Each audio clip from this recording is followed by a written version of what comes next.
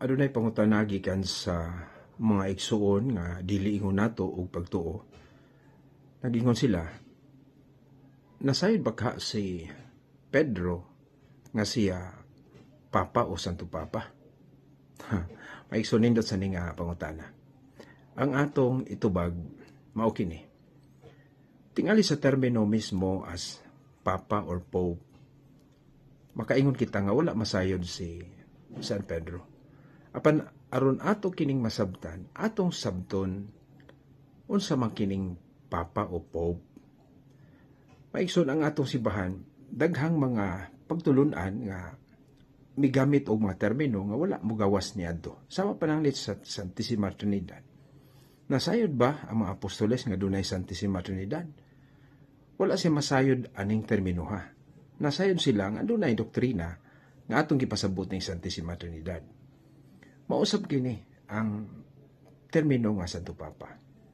Ang Santo Papa mao kini ang office o katungdanan nga gihatag sa Ginoo ngadto kang Pedro mismo. Unas tanan, si Pedro gipili sa Ginoo kinsa giusab ang iyang ngalan nga Simon ngadto sa pagka Pedro. Juan 1:42 nga himong Kepa meaning rock. Kay mao kini ang timaan sa pagtawag sa Ginoo kaniya.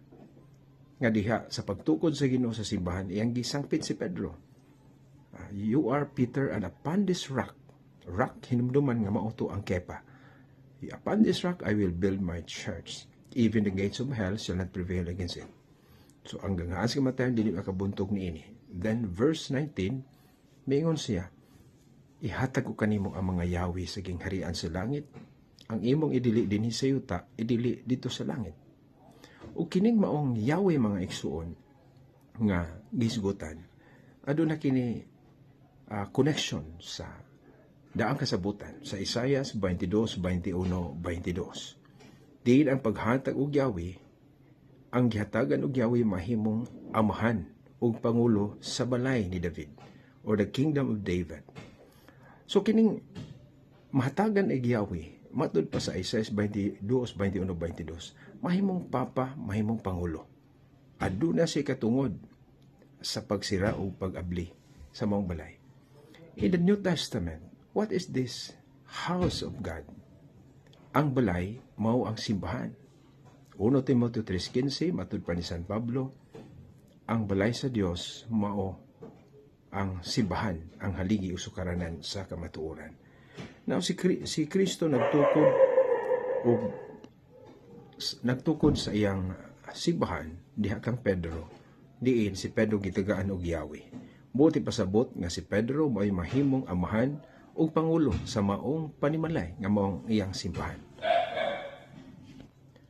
Busa ang katungdanan nga gihatag sa Ginoo kang Pedro mao ang pagkaamahan ug pangulo sa iyang panimalay nga simbahan. Busa naklaro na to maigsuon nga tinuod wala masayod si Pedro nga ang termino nga papa, pero ang buti pasabot unsay pagkapapa mao kini ang iyang gidawat nga katungdanan aron mahimo siyang leader, pangulo, mag-atiman sa panimalay sa Dios nga mao iyang simbahan. God bless.